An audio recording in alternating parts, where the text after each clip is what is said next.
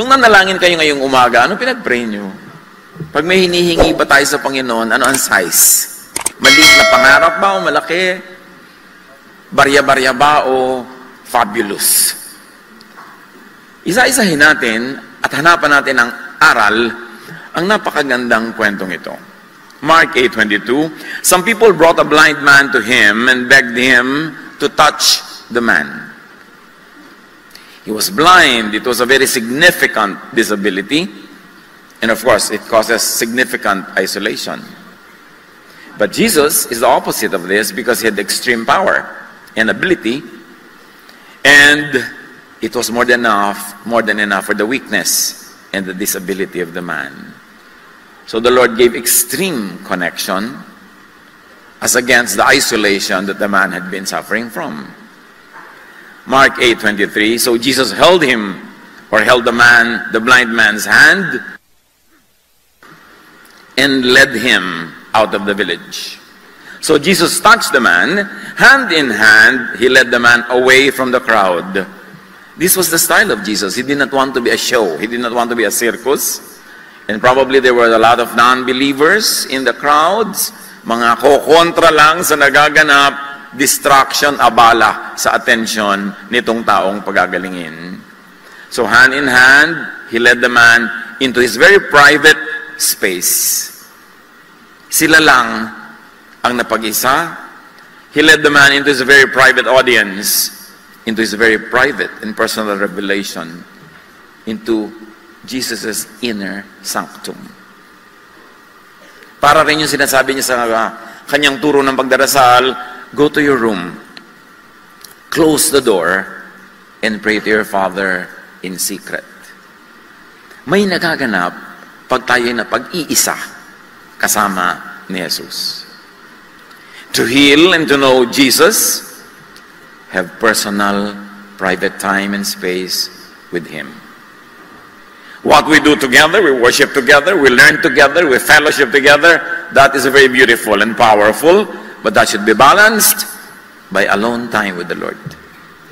Hindi dapat laging maraming tao. Hindi dapat laging maraming kasama. May panahon na nag-uulayaw kayo ng Panginoon mag-isa. Develop a very personal spirituality. Huwag iasa sa lahat ng Bible study teacher ang pag-aaral. Huwag iasa sa lahat ng preacher ang pagninilay-nilay sa mga karunungan na ibinibigay ng Diyos. Huwag iasa sa lahat ng tao ang pagdarasal para sa iyo. Kailangan meron kang personal na ugnayan sa Diyos. Maganda na sana ang pagkakataon para ipakita ni Jesus ang kapangyarihan niya sa lahat, pero minarapat niyang mapag-isa kasama ang bulag na ito. Marapat bigyan din natin ang ating sarili ng pagkakataon na mapag-isa kasama ang Panginoon. Huwag pababayaan yung personal quiet time bago magsimula ang inyong araw o bago ito matapos at mas maganda, parehong meron. Mark 8:23, then he spit on the man's eyes. He laid his hands on him and asked, can you see now? So there was this saliva from Jesus' mouth into the man's eyes. And then there was the laying on of hands. How personally connected could anyone get? This was very, very personal. Mark 8:24. The man looked up and said, yes, I see people. They look like trees walking around. But we all know na walang ibang tao. So yung tao, matapos lagyan ni Jesus ng laway niya doon sa mata at ipuin yung mata at pinadilat, may vision, pero partial, wanting, kulang. At kung titingnan natin yung katumbas niyan sa spirituality natin, yes, meron na tayong touch from the Lord. Yes, meron na tayong dealing from the Lord. Yung kumbaga saliva from His mouth, we eat His words. Pero may kulang. Partial yung understanding, wanting, blurred.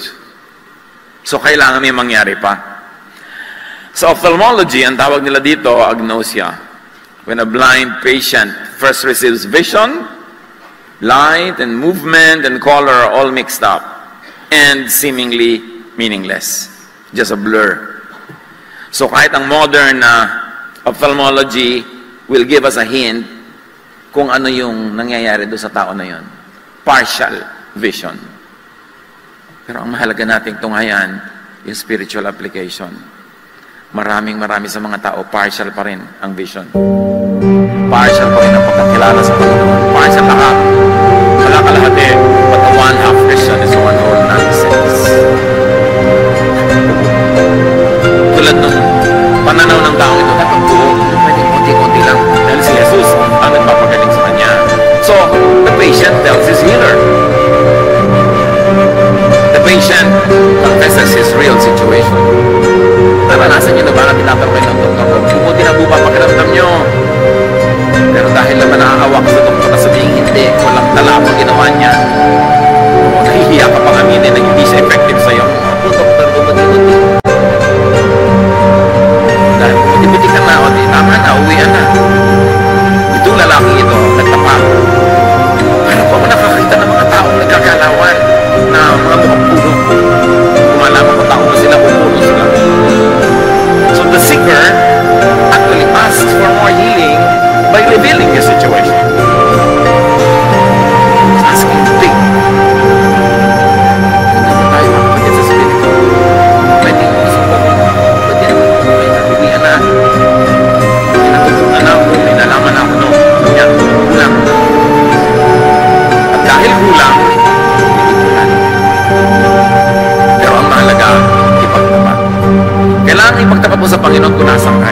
Kung anong kulang, nakukulangan ka ba para gawan niya ng Mark 8:25. Again, Jesus laid his hands on the man's eyes, and the man opened them wide. Nagtulungan na ngayon. Dinampian ni Jesus ang kamay niya, mga mata, at yun namang lalaki, sinikap niya magtumilak. Siguro, bakit pa lang siya kanina, papungay-pungay, pero dahil hindi effective, nagdilat siya. His eyes were healed. He was able to see everything clearly. The man asked for more. Jesus does more, gives more. The man also does more by opening his eyes wide open. The giving gets completed. Think of that, brothers and sisters, in spiritual terms. When you tell the Lord, Lord, I want to see you more clearly. I want to know more. I want to grow more. I want to be more like you. Tapos hihipuin ka pa niya, tuturuan ka pa niya, at ikaw naman, titilatin mo pa yung mata mo, gagawa ka ng paraan para mas makakita ka, and the blessing is delivered.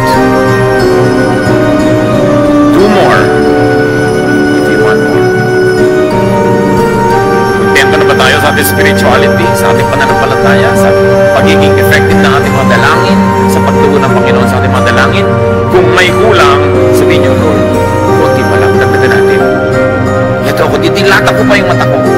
Dadamihan ko pa ng oras sa pag-aaral, ng panalangin, ng mga gawaing makakapagpalago sa atin spiritually. And of course, you can also apply that academically, professionally. Kung saan kayo kulang, kailangan ng dilat na pa. Gumawa ka ng paraan at mahigit mo kay Jesus. The story is so beautiful in its literal value, but in its metaphorical value, it becomes even more valuable to all of us. Kasi hindi naman tayo lahat may ophthalmology issues. Hindi naman tayo lahat kulang physically. Hindi naman tayo lahat ay mayroong mga kakulangan o agnosia. Pero spiritually, maaaring lahat tayo kulang. Stretch the meaning of the story. Make it very true in your personal life. And then Mark 8:26, after the man had been healed completely, Jesus told him to go home. He said, don't go into the town. At tinabulag eh. Obviously, hindi naman siya blind at birth. Kasi sabi niya, I see people who are moving like trees.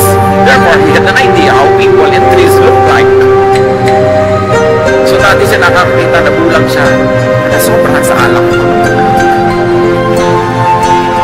O baka sa sobrang niya, kasi sayaw doon ang sundot ang mata niya na bulag siya. We don't know what happened to him. Sabi ni Jesus, don't go to town. But of course, it is very consistent with the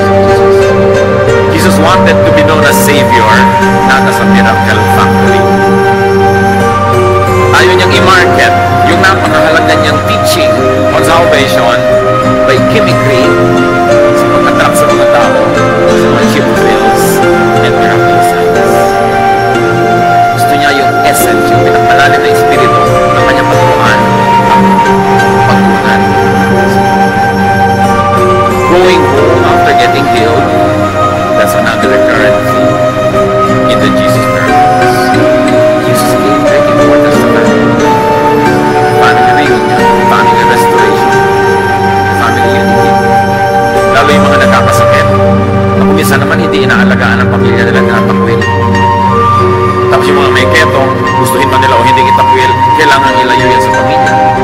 Yung mga nagkakasakit na iba, sila na mismo ang lumalayo sa pamilya dahil nahihiya sila maging pabigat o hindi nila nararamdaman na minamahal sila, lumalayo sila. So si Jesus yung mga pinapagaling niya sa Biblia.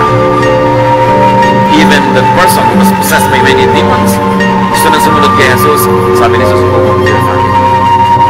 Because He wants healed people to be healers to their families. He wants those people who were away from their loved ones for a long time to be reunited with them. Mga kapatid, kung nakaranas din kayo ng pagpapagaling physically and very importantly, spiritually and emotionally, the message echoes across time and space into our very ears today. And Jesus is saying,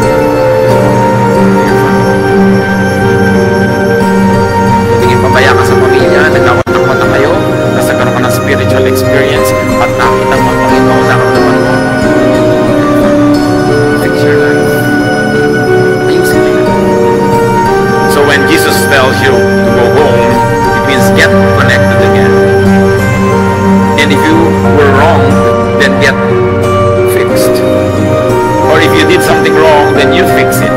Ang mahalaga, ikan, mahalan, ayusin. Through and by Jesus, God can give. Ang yaman-yaman ng Diyos, everything God owns. So, kaya niya. Mas malaki ang Diyos kaysa problema mo ngayon. 2 Corinthians 9:8, and God is able to bless you abundantly. Kaya lang may mga tamang paraan na paglapit sa Diyos. Para yung gustong-gusto niyang ibigay, maibigay na niya. Kasi madalas, tayo mismo, asal natin, kukulangan ng pananalig ng hadlang para dumaloy ng lubusan ng pagpapala ng Diyos. So approach God through Jesus. People were trying to approach God through the law, through sacrifices, through religion, and all that failed. That's why God sent His Son. Approach God through Jesusness. And the best highway to God is kindness to others. You want God to listen to your prayers, to grant your big requests. Initiate the relationship. Be kind to others. Natatandaan nyo yung sinasabi ng Panginoon, come, enjoy the inheritance that the Father has prepared for you before the beginning of time. Because I was hungry, you fed me. I was sick, you took care of me. I was in prison, you visited me. Ang tunay na ibig sabihin ng righteousness in the New Testament, in the Jesus context, righteousness is not abiding by religious law. Righteousness is not moral 100% purity. Righteousness to Jesus is kindness to others. And when you are kind to people, you are in the right path. And you can ask big. If you are not kind to others, the reverse, do not expect abundant kindness from God. Although kind pa rin sa atin ang Diyos. But don't expect abundant kindness. You want to be blessed? First be a blessing. You want to receive? First give. Give your love, give your time, your attention. This is the Jesus way. Kaya, He is the way. This is the truth. That the truth to the Father's heart, the true way to the Father's heart, is kindness to others. This is Jesusness, the message of the Gospels. The message that Jesus died for and lived again for. God does big. Ang Diyos sobrang kahanga-hanga. Marami sa atin, puro takot sa Diyos ang iniisip, hindi yung pananabik sa Diyos, pakikipagmahalan sa Diyos, puro na lamang legal fear, puro guilt, layo ka tuloy ng layo sa Diyos. Meron pang, uy, ba't di ka mag-church? Kakaya, dami kong kasalanan. Lalo ka dapat mag-church. Nakakalayo-layo ka na pa, lubog-lubog ka na, lalayo ka pa lalo. Nakakaya sa Diyos, huwag ka na mahiya.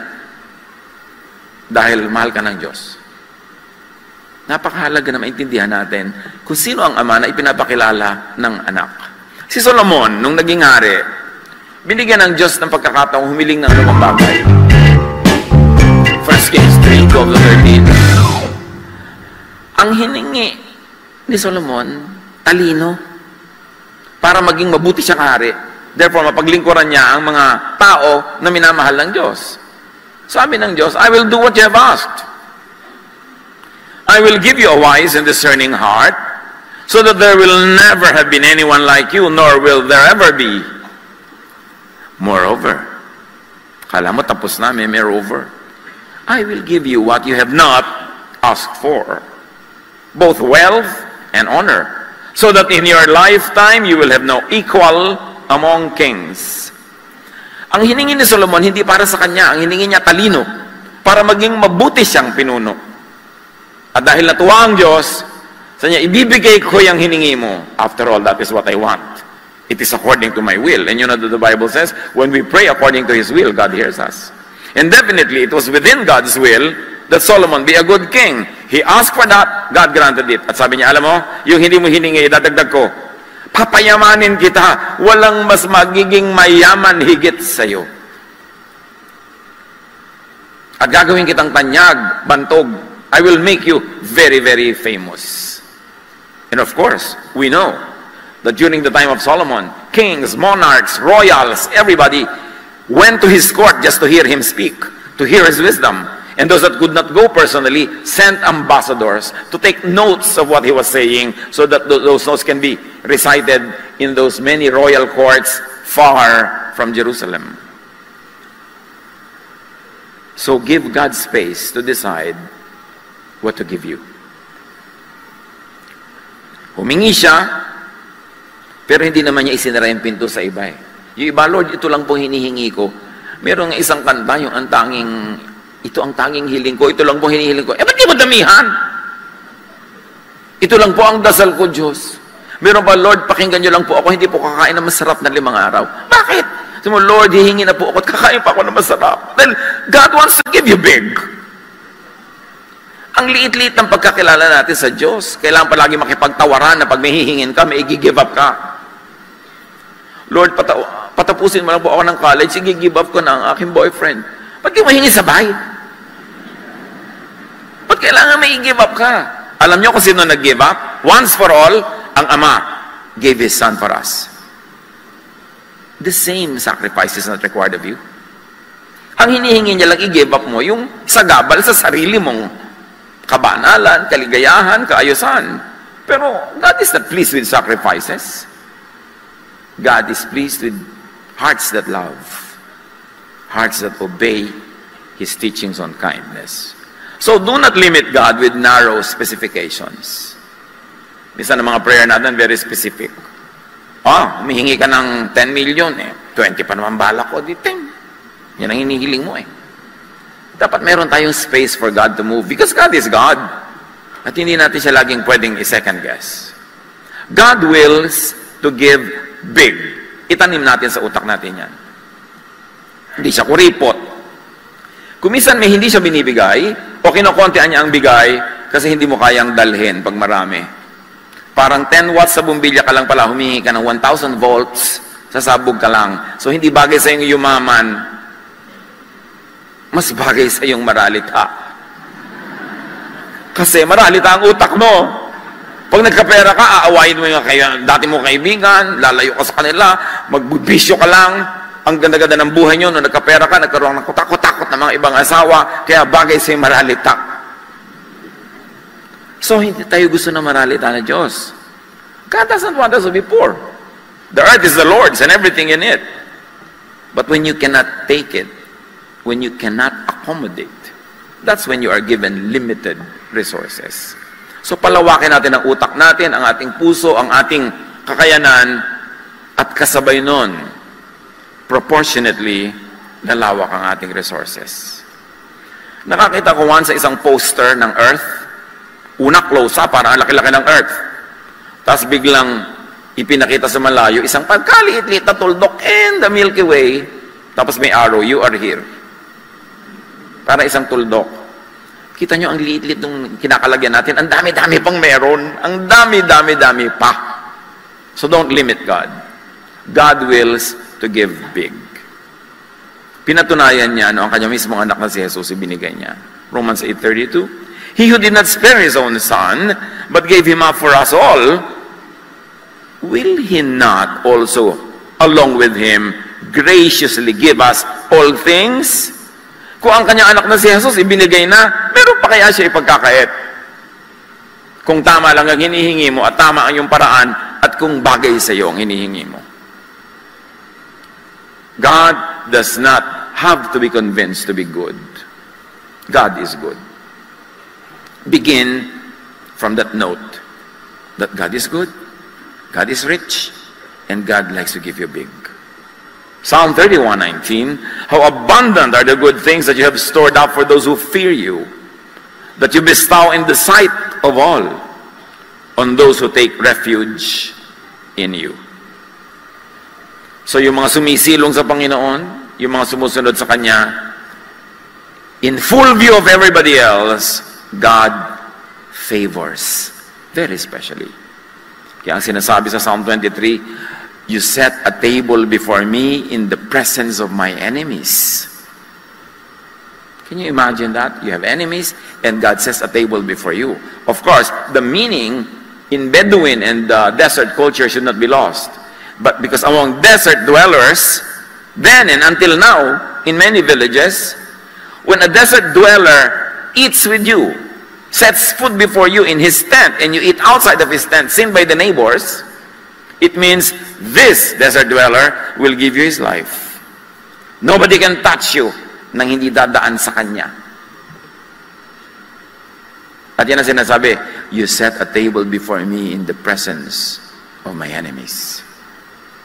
Napakabait ng Diyos. Lumagay tayo sa lugar in the path of blessing para ma-receive yun. So you can ask big. Hihingi rin lang lakihan na. Yung iba dyan, hingi nang hingi, Lord, bigyan niyo naman po ako ng sunblock. Alam niyo si Joshua, ang hiningi niya, huwag pagalawin yung araw. Joshua 10:12-13, about noon, Joshua prayed to the Lord, our Lord, make the sun stop in the sky over Gibeon, and the moon stand still over Aijalon Valley. Listen. So the sun and the moon stopped and stood still. Tumigil kayo ng kahihingi ng sunblock lang. Yung araw nga nahihingi. They had a war that they had to win and they needed light. Can you imagine the entire creation stopping because of the prayer of this man?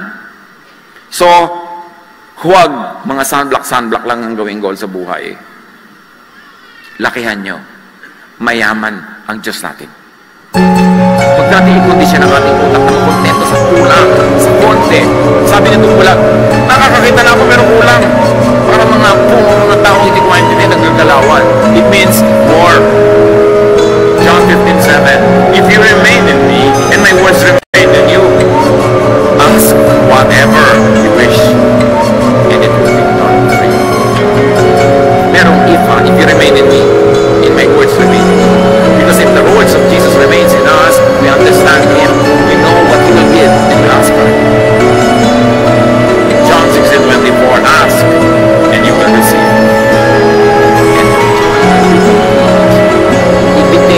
Hindi kulang, kundi ani-aninag lang, malinaw na pananaw, so that your joy will be complete. Ipinagpapay mo lang po, buhay po sana yun.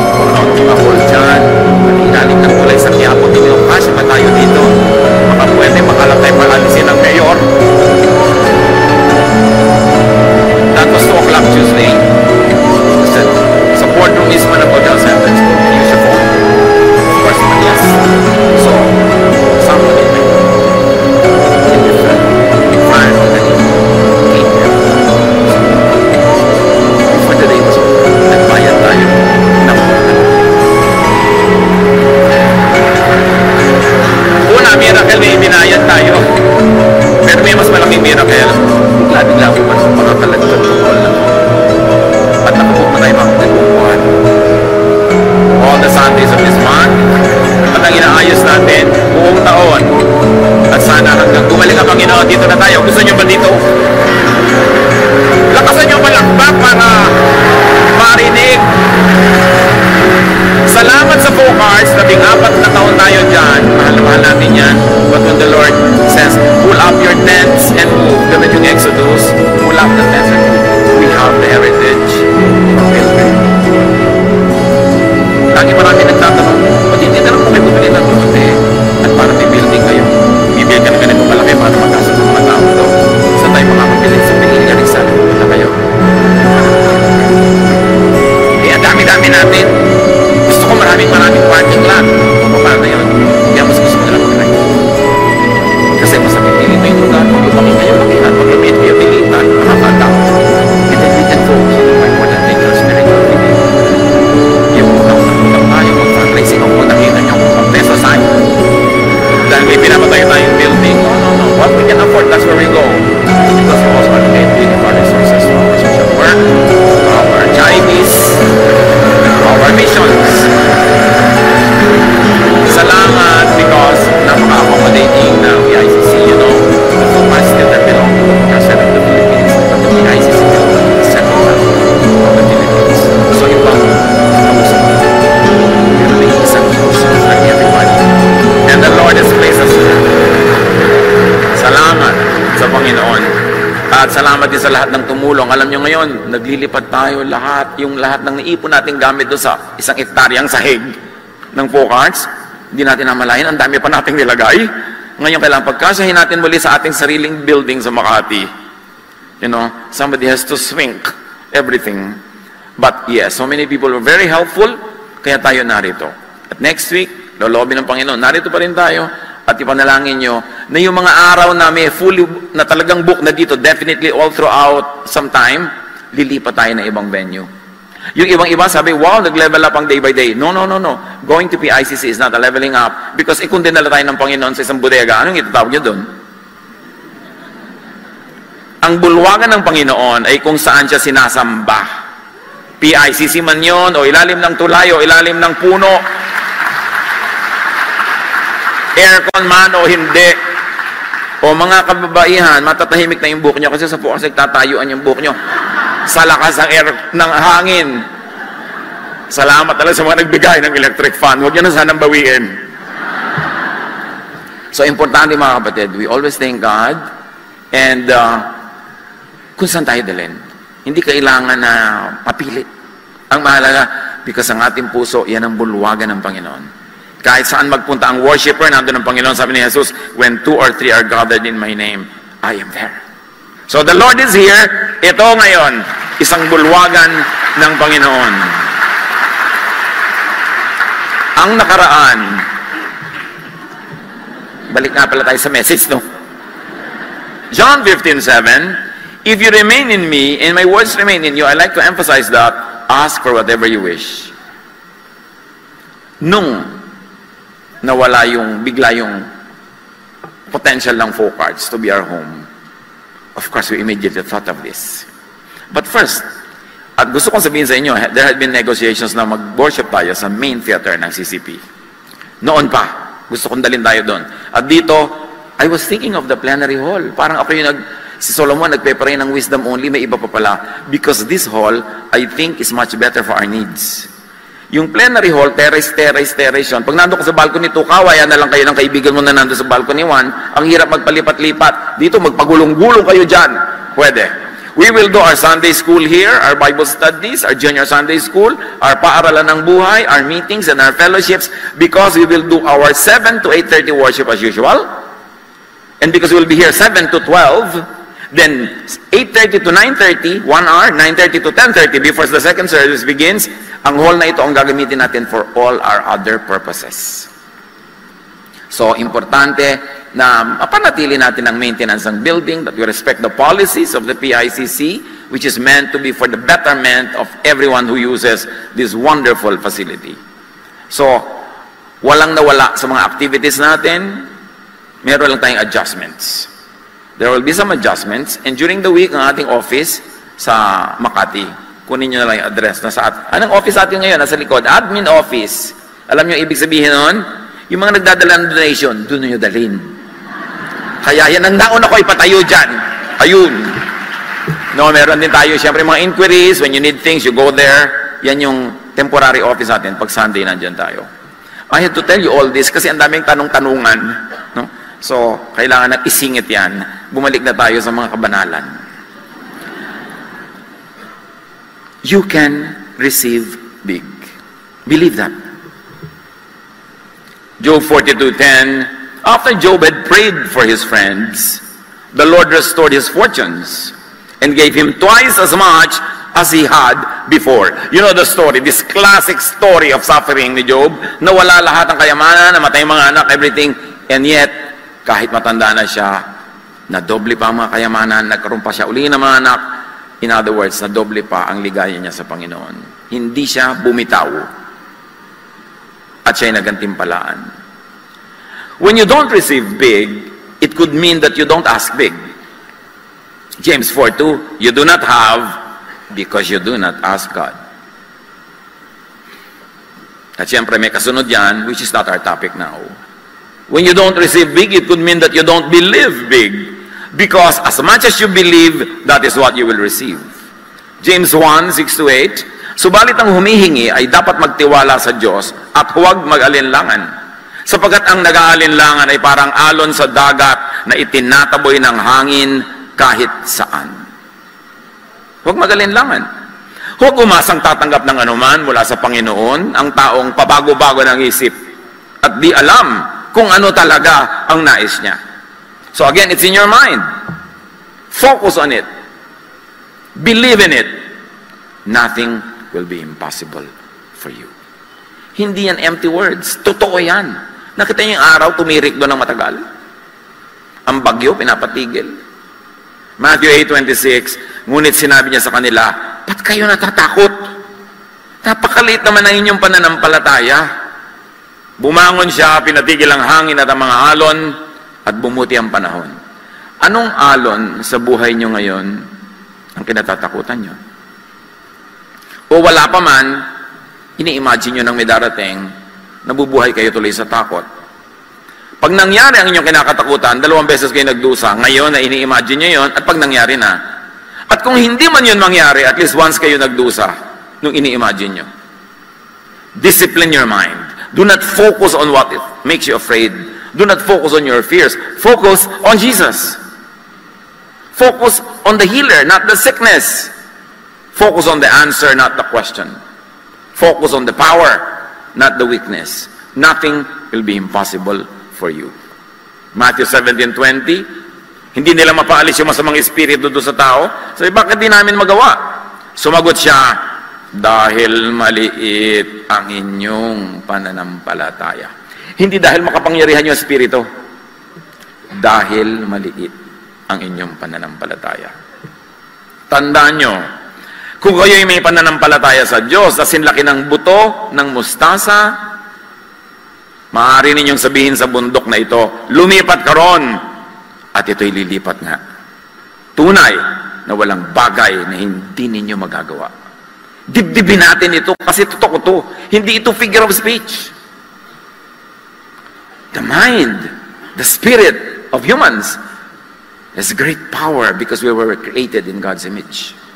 As long as we operate according to God's will, we stand in the path of power and blessing, nothing will be impossible. When you don't receive big, it could mean that you are only harvesting what you planted. Eh syempre, konti tinanim mo, di konti anihin mo. Luke 6:38, magbigay kayo, at kayo'y bibigyan din. Hustong takal, siksik, liglig, umaapaw pa ang ibibigay sa inyo. Sapagkat ang panukat na ginagamit ninyo sa iba, ay siya rin gagamiting panukat sa inyo. So obviously, Jesus is saying, as you give, you receive. Ikaw ang magbibigay ng limit sa iyong marireceive by what you give. And this is not only money, this is not only donation, this is not only offering, the kindness that you give to people, the love that you give, the forgiveness that you give. Kung gaano lang ang binibigyan natin sa ating kapwa, yun lang din ang tatanggapin natin. Kasi iisa ang panukat. Yung panukat na ginagamit mo sa pagbibigay, yun din ang panukat na itataas mo para bigyan ka. Gusto mong marami kang ma-receive, bigyan mo marami. And it's not only for church donations. Kindness to people especially. Love, forgiveness, acceptance, and you will receive it in equal amount. 2 Corinthians 9:6, ito ang ibig kong sabihin. Ang nagtatanim ng kakaunti ay aani ng kakaunti. At ang nagtatanim ng marami ay aani rin ng marami. Kaya yan ay sa pag-aaral, sa pagnenegosyo, sa paghahanap buhay. Totoo yung universal truth behind this verse. Proverbs 11:24, ang taong mapagbigay ay lalong yumayaman, ngunit naghihirap ang tikom ang mga kamay. The wonder of spirituality is this: you keep what you give away, and you lose what you selfishly keep. Doon nagbabalance ang lahat sa para mga kabalintunaan, sa mga ironies at mga magkakabaligtad na pagpepresenta ng mga ideya na bubuo. Like, the beginning is the end. That's the circle. And that is the symbol of God, the Alpha and the Omega.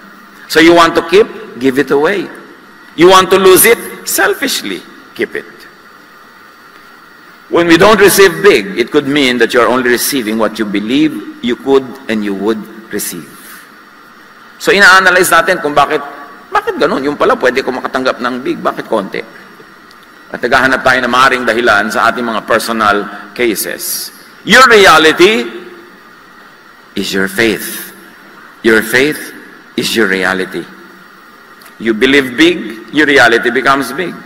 Matthew 21:22, if you believe, you will receive whatever you ask for in prayer.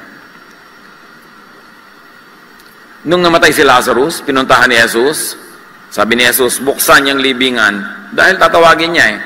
John 11:39-40, but Lord, said Martha, by this time there is a bad odor, for he has been there 4 days. Then Jesus said, did I not tell you that if you believe, you will see the glory of God? Kung niyo pong buksan ang libingan, 4 na araw nang nakalibing, may amoy na. Sabi ni Jesus, di ba sinabi ko sa iyo, kung naniniwala ka, makikita mo ang luwalhati ng Diyos. When you don't receive big, it could mean also that you are being taught a lesson. Maybe you are being taught some virtue, like patience, that would be very useful in some very big future project.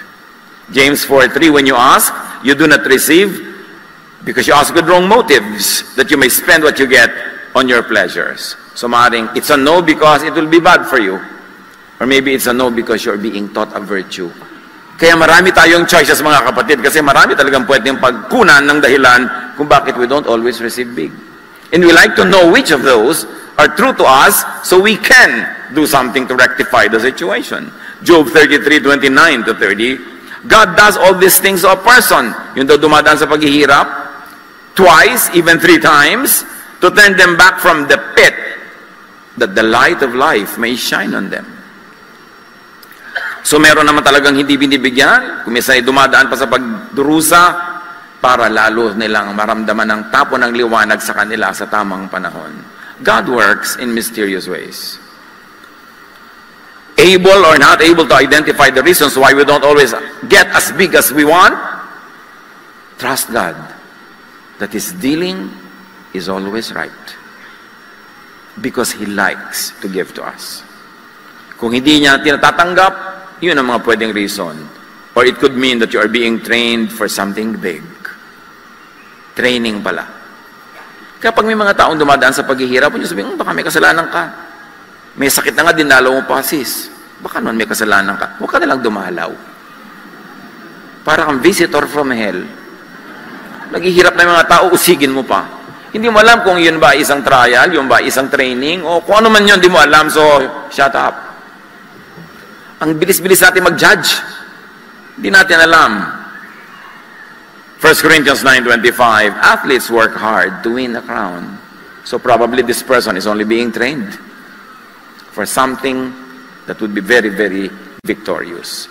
Kung ano man ang kalagayan natin, in whatever stage or level or degree, hang on, huwag kang bibitaw sa Panginoon. Mas nawawala ka ng pag-asa, mas dumidilim, mas lalong kailangan mo ang Diyos. Huwag kang magtatampo sa Diyos. Kasi pag nagtampo ka sa Diyos, kanino ka pupunta? Meron pa nga, laging nagme-message, parang gusto ko na po magpakamatay, ang laki ng problema mo. Niya, ang laki po ng problema ko, hirap na ako. Eh bakit nakakatiyak ka ba na sa kabilang buhay, gagaan ang buhay mo? Eh kung namatay ka ngayon, nagpunta ka pa sa impyerno, lumala ka pa, ay huwag na nga po, tama, hindi muna ako dapat mamatay. Gusto mo magpakamatay, sure ka ba na mas makaka-relax doon? Ano pupuntahan mo? Spa? Hirap ka na nga, magpapakamatay ka pa. Dapat buhayin mo yung sarili mo. Kasi nasa Diyos ang ating pag-asa. Huwag kayong bibitaw kahit kailan. Hindi ko, sino sa atin dito ang mga ganyan, nangihina? Alam ng Diyos ang nangyayari sa inyo. More than you know. Just continue. Katulad nitong bulag, hinawakan ni Lord sa kamay. Halika, lumayo tayo dyan sa kinakalagyan mo. Hayaan mong hakayin ka ng Panginoon. Kung ano man ang private space nyo, at doon kanya pagalingin. Jeremiah 29:11. For I know the plans I have for you, declares the Lord. Plans to prosper you, not to harm you, plans to give you hope and a future. Focus on that. Kahit ngayon parang hopeless, ang plano para sa iyo ng Diyos is hope and a future. It will never be permanent, whatever suffering you are in, whatever difficulty, dahil hindi yan ang plano ng Diyos para sa iyo. 1 Corinthians 2:9, but as the scriptures say, no one has ever seen, no one has ever heard, no one has ever imagined what God has prepared for those who love Him. Hindi pa sumagi sa guni-guni ninyo kung gaano kahiwaga, gaano kadakila, gaano kaganda ang gustong ibigay sa inyo ng Diyos. Buksan ang mata, pandilatin, tulad noong bulag. Minsan may blessing hindi natin makita kasi ay mong idilat ang mata mo. You choose only what to focus on. You have selective memory, selective attention, but open your eyes wide to see the glory of God. Asking big and receiving big are governed by profound laws. Dalawa lang yon. Believe big, give big. Sabi sa Malachi 3:10, and of course the application is not only to material and financial offerings, but to everything in our lives. Bring the whole tithe into the storehouse, that there may be food in my house.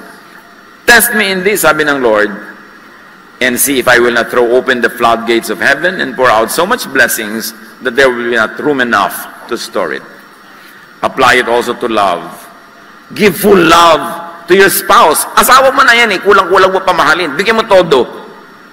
At subukan mo ang Diyos. Kung hindi kanya suklian ng napakarami nag-uumapaw na pag-ibig, maaring galing din sa iyong spouse o galing pa kay Santa Claus.